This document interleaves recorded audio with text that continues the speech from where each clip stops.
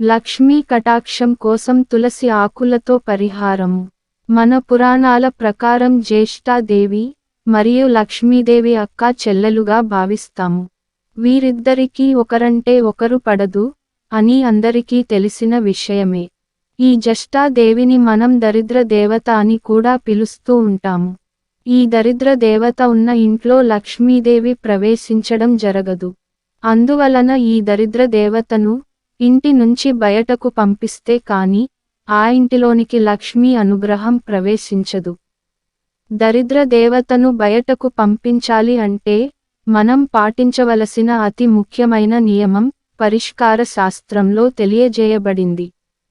ఆ పరిష్కారం ఏమిటో మనం ఈ వీడియోలో తెలుసుకుందాము.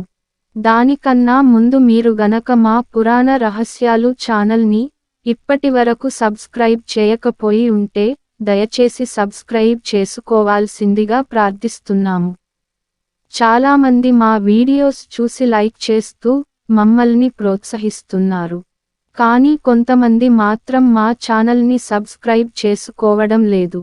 మీరు కూడా సబ్స్క్రైబ్ చేసుకుని మా ఛానల్ని ప్రోత్సహించవలసిందిగా ప్రార్థిస్తున్నాము. ఇప్పుడు మనం వీడియోలోకి వెళ్దాము. మన ఇంట్లోని దరిద్ర దేవతను మన ఇంటి నుంచి బయటకు పంపిస్తే లక్ష్మీదేవి అనుగ్రహం మన ఇంటిలోనికి ప్రవేశిస్తుంది.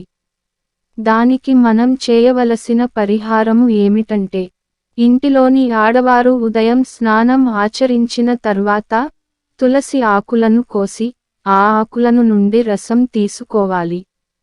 అలా తీసుకున్న తులసి రసాన్ని మన ఇంటిలోని ప్రతి గదిలోనూ మూలమూలన చల్లుకోవాలి.